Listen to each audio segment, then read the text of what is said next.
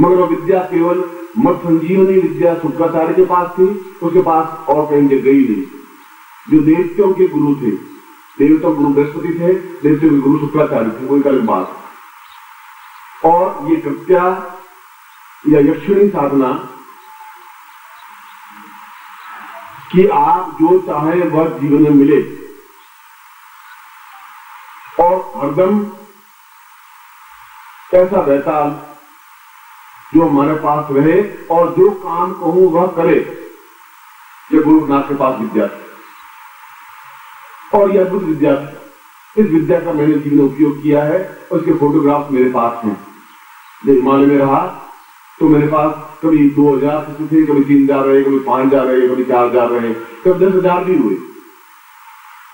10,000 का उन हिमालय में, यदि आप भी आज मानसरोवर गए हो, आप में से कोई या गया हो या किताब पढ़े, उसमें निखिलेश्वरानंद धाम लिखा हुआ है बीच में, चीन के बॉर्डर पर। अब चीन हो गया हो, जहाँ भारत और चीन के बॉर्डर है, उस भारत के बॉर्डर में चीन के बॉर्डर से कम 500 गज पहले एक निखिलेश्वरानंद धाम है वहां। और आज भी जो भी मानसरोवर जाता है वहाँ गर्म खिचड़ी मिलती है, ओढ़ने को कंबल मिलते हैं। जब तक मानसरोवर में जाते हैं कंबल उनको दे देते हैं, वापस जब आते हैं तो उनको कंबल लेते हैं, तो रास्ता वही है। आज भी वहां उनको गर्म और याक, वहां गायें होती नहीं, याक का दूध आज भी उनको पीने को मिलता है। और वहां पर बैठ करके साधना की थी। वह जो वैताल साधना जो की थी वो वहां की थी मैंने, क्योंकि वह स्थान इस दृष्टि से उपयुक्त था। और गोरखनाथ को सामने स्पष्ट करके साधना की थी। जैसे एक लगे ने द्रोणाचार्य की मूर्ति बना करके साधना संपन्न की, मूर्ति बनाई। द्रोणाचार्य ने कहा कि मैं तो शिष्य नहीं बना सकता, कि धनुर्विद्या तुम्हें सिखाऊंगा नहीं, क्योंकि द्रोणाचार्य में कपट था, धूर्तता थी, एक मक्कारी थी। और उसने कहा कि अगर मैं एक लगे को सिखा दिया तो अर्जुन सेकंड में आ जाएगा वेद में, अर्जुन को श्रेष्ठ रखना चाहता हूं। और उसके लिए एक लगे ने कहा कि मैं आपका शिष्य हूं और आप मुझे ज्ञान विधि विद्या सिखाइए, मैं भील हूं। उसने कहा कि तुम योग्य नहीं। तब तक कुत्ता भौंका तो एक ने तीर उठाए और 11 तीर एक साथ फेंके और कुत्ते के मुंह में 11 तीर एक साथ चले गए। उसने कहा और कोई परीक्षा देनी हो तो आप देख लीजिए। अब कुत्ता बोल नहीं सकता, आप क्या चाहते हैं? द्रोणाचार्य अवाक रह गए। उसने कहा बिना गुरु बने अगर ये सिद्धि है तो ये तो अर्जुन को तो समाप्त कर देगा, बहुत मुश्किल हो जाएगी। उसने कहा तुमने सीखा कैसे? एक साथ 11 तीर चलाना और एक साथ अचूक निशाना मुंह में जाना, तो कुत्ता मरेगी नहीं और मुंह बंद हो जाए, ये तुमने कहां से सीखी? गुरुदेव आपसे ही सीखी। मैंने तुम्हें देखा नहीं, तो आज मैं बड़ी नहीं देखा, मगर आपकी मूर्ति मेरे घर में है, मेरे आश्रम में है, मेरे स्थान पर है। मैंने आपको गुरु मान करके चीज सीखी है, क्योंकि आप धनुर्विद्या के श्रेष्ठ गुरु हैं। और उसका पाप उसने कहा कि ठीक, अगर ये तुम्हें गुरु दक्षिणा ला, यहां इन्होंने कपट किया, तो आप गुरु हैं, आप जीवन मांगिए। चीज क्या मांग रहे हैं? आप मांगिए मैं कटार भाव के आपको जीवन दूं, मैं शिष्य हूं आपका, आप आज्ञा दीजिए, अपने आप को बेच करके भी मैं आपकी पूरी करूंगा। तो अंगूठा दे दो, तो बिना अंगूठे से तीर चल नहीं सकता, अंगूठा तो लगेगा ही, खेल देंगे, हर उंगली नहीं कर सकता, तो मैं अंगूठे दे देता हूं। उठाया धड़ाम खेचा, ये अंगूठे। और आज ये वीर अंगूठे से तीर नहीं चलाते हैं, उंगलियों से तीर चलाते हैं। उनका गुरुदेव मैं समझ रहा हूं कि आपने मेरा अंगूठा मांगा है और मैंने सहर्ष दिया है, मेरे मन में किसी प्रकार का कोई भ्रम नहीं है। मगर आज मूर्ति, मिट्टी की मूर्ति बना करके रखी है, मैं धनुर्विद्या में पारंगत होकर दिखाऊंगा और मैं इसकी श्रेष्ठतम विद्या ज्ञान प्राप्त करूंगा। और इसका जो गलत काम किया गुरु ने, उसका पाप उनको योग भोगना पड़ा कि महाभारत युद्ध में उनको अपना सिर कटाना पड़ा। द्रोणाचार्य एक राजा ने उसका सिर काटा। जब उनको बताया गया क्या फर्क थामा आता है, नरोवा कुंजरोवा, और द्रोणाचार्य जैसा उस दिन उसको तूफान मचा दिया महाभारत में, जो भी सामने आया मार दिया। तो उसने कहा कि आज एक भी पांडव बच नहीं सकता अर्जुन, आज द्रोणाचार्य बहुत तेज जोश में, आज तुम नहीं बच पाओगे अर्जुन, तुम तो मामूली चीज हो, तुम्हारे गुरु तुम्हारे सामने है और द्रोणाचार्य तुम बचेंगे, एक भी चीज नहीं बचेगी, 500 पांडव आज मर जाएंगे। अर्जुन ने कहा महाराज प्रश्न आज कुछ करना पड़ेगा। उसने कहा कि द्रोणाचार्य के वेग को हम नहीं रोक सकता, मैं भी नहीं रोक सकता। उनका वेग आज तूफान है, अंधकार है, अंधेर है। इनकी जिस ढंग से बह रहे हैं उसके चारों तरफ जहां बढ़ रहे हैं उस तरफ पांडव समाप्त होते जा रहे हैं। और उसमें उनका पुत्र अश्वत्थामा था और जो से अश्वत्थामा हाथी का नाम भी था। और कृष्ण ने संकेत किया भीम को कि ये सामने जो आ रहा है क्या है। उसने कहा अश्वत्थामा, उसने कहा अश्वत्थामा। कृष्ण से एक कूटनीति खेली और उसने गदा फेंकी और अश्वत्थामा खत्म हो गया, वह हाथी। और लोग चले अश्वत्थामा मारा गया, मैंने अश्वत्थामा को मार दिया, अश्वत्थामा को मार दिया। और द्रोणाचार्य का जिस दिन मेरा पुत्र मर जाएगा उसमें युद्ध नहीं करूंगा। द्रोणाचार्य ने सुना और उसने कहा कि अश्वत्थामा मर कैसे गए, मैंने विद्या सिखाई है। और वो उसने कहा कि साथ लेकर के चलिए और युधिष्ठिर के पास चलिए, धर्मराज के पास जाइए, वहां मुझे कंफर्म होगा। तो वो कहीं युद्ध महाभारत बड़ा युद्ध हो रहा था। कृष्ण ने कहा कि धर्मराज आपको आज बोलना पड़ेगा, तुम अश्वत्थ नहीं बोल रहे हो, अश्वत्थामा अश्वत्थामा को मारा है। अब मारा है, अश्वत्थामा को मारा है, क्या नाम दे अश्वत्थामा बोलना पड़ेगा। आज आप और हम कुछ बचेंगे नहीं, क्योंकि उनको वैताल सिद्धि प्राप्त है और ये वैताल के माध्यम से समाप्त कर रहे हैं। द्रोणाचार्य में ताकत नहीं है, वो हमें ज्ञान तुम्हें नहीं दिया इन्होंने, और वो वैताल समाप्त करता जा रहा है। तो उसने कहा धर्मराज क्या अश्वत्थामा समाप्त हो गया?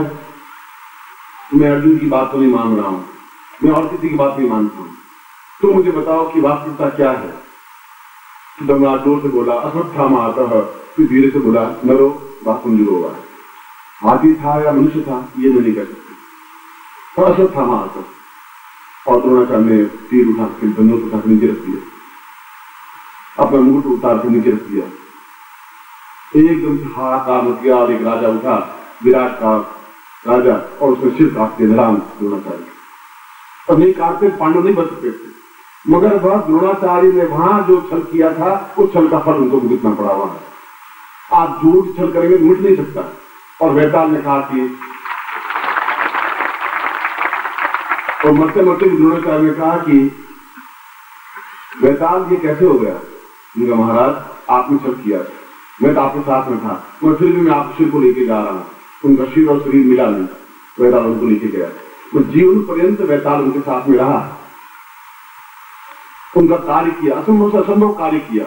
और वह वैताल शिक्षा दीक्षा उन पांडवों को या कौरवों को नहीं दी द्रोणाचार्य ने। एक चीज अपने पास छुपा करके रखी, और वो महाभारत के लाखों पांडवों को समाप्त एक दिन में, और एक दिन नहीं आधे दिन में समाप्त कर देना वैताल का काम था, द्रोणाचार्य का काम नहीं था वो। क्योंकि वैताल के माध्यम से असंभव को संभव किया जा सकता है, जो असंभव हो।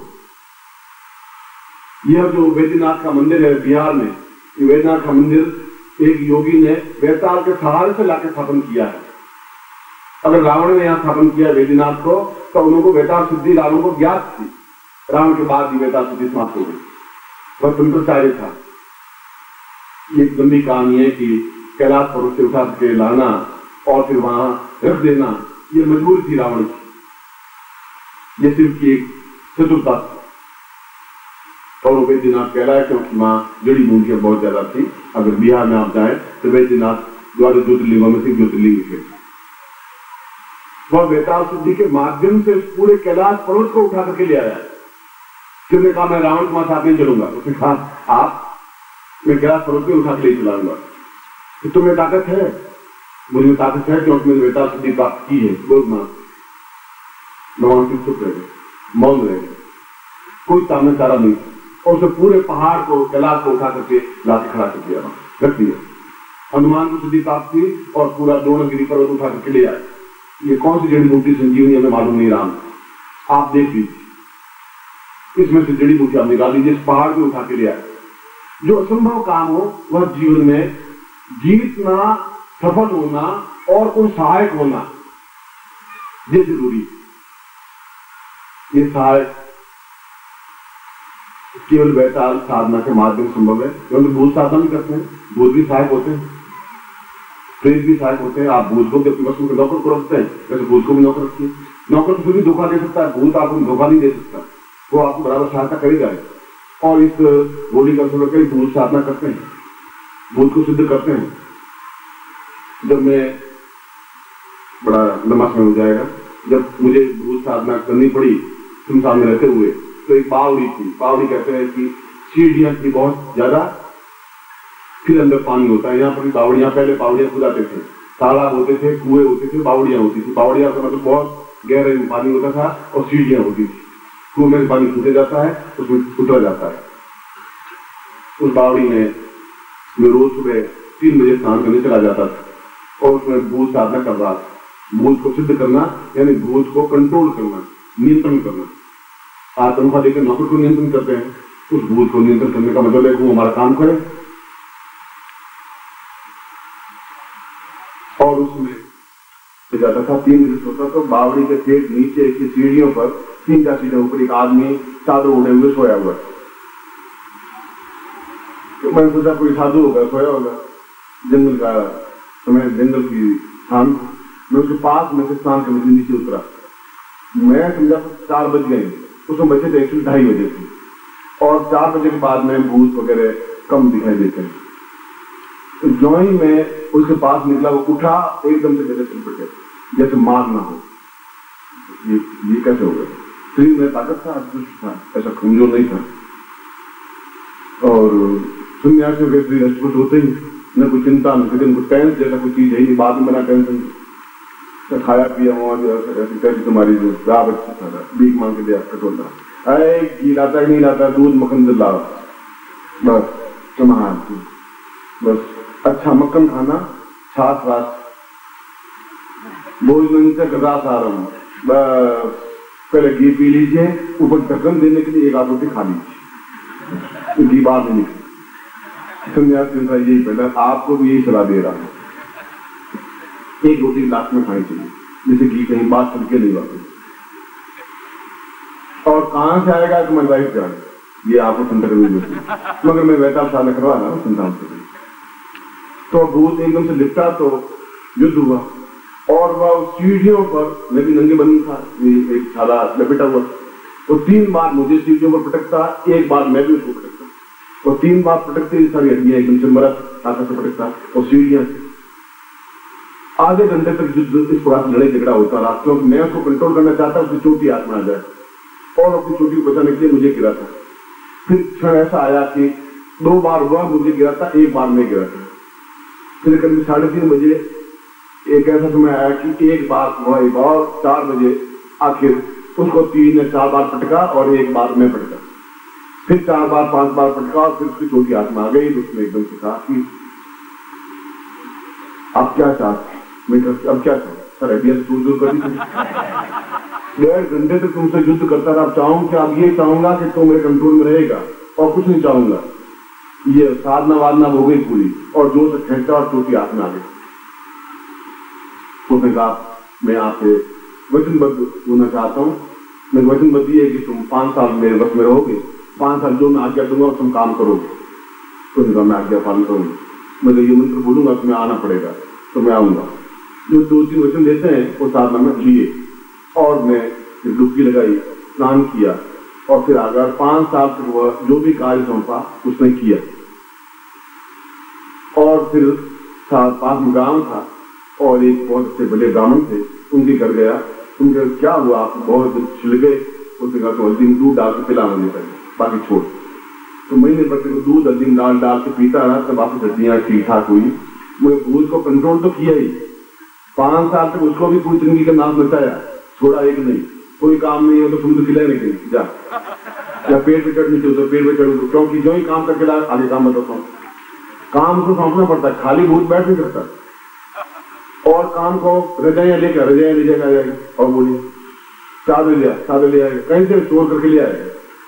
मीठे के डब्बे ले आ तो मीठे की दुकान से उठा के ले आएगा, मीठे दुकान से बेहतर से भी डिब्बे दिखाई नहीं रहे, रोता रहेगा, अपन मीठे खाते रहेंगे, हमारे क्या फिर से खाते हम खाते, वो झींकता वो झींकता।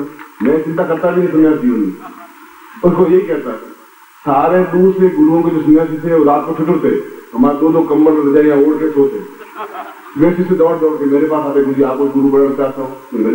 राजा मुझे क्या तकलीफ है, वो आश्रम खाली हो जाता है और वो गुरु गाली देता, तो उन्होंने स्वामी सत्यानाश हो तेरा, तो मेरे साथ सिस्टम को ले गया, मैं ले जा नहीं रहा हूँ, मैं तो उनको ले जाएगा हलवा खिला रहा हूँ, शाम का तो मिठाई खिला जा भैया खूब। अब ये नहीं कहाँ से रहना है, तो बम्बई से ला कहीं से ला रहे हैं खिलाने किया संन्यासों ये भी किया, और फिर उसका प्रायश्चित करने के लिए उसका दुकानदार का घर करना वो भी पड़ा, ये वापस उनकी गुल्लू पे इतने पैसे चले जाएंगे, वो भी किया। खैर लंबी कहानी है। पर भूत प्रेत पिशाच से भी ऊपर एक बैताल होता है, और आप मिलकर जिसकी कहानी सुनी तो बैताल की भी कहानी सुनी होगी, और उसको गोरखनाथ से उन्होंने बैताल दीक्षा दी, बैताल साधना सिद्ध की, और उनके पास महीने भर रहा, उनके चरण दबाए, और गोरखनाथ में पहली बार विक्रमादित्य को उस बैताल साधना को दी, बैताल सिद्धि को दी, क्योंकि वह जीवन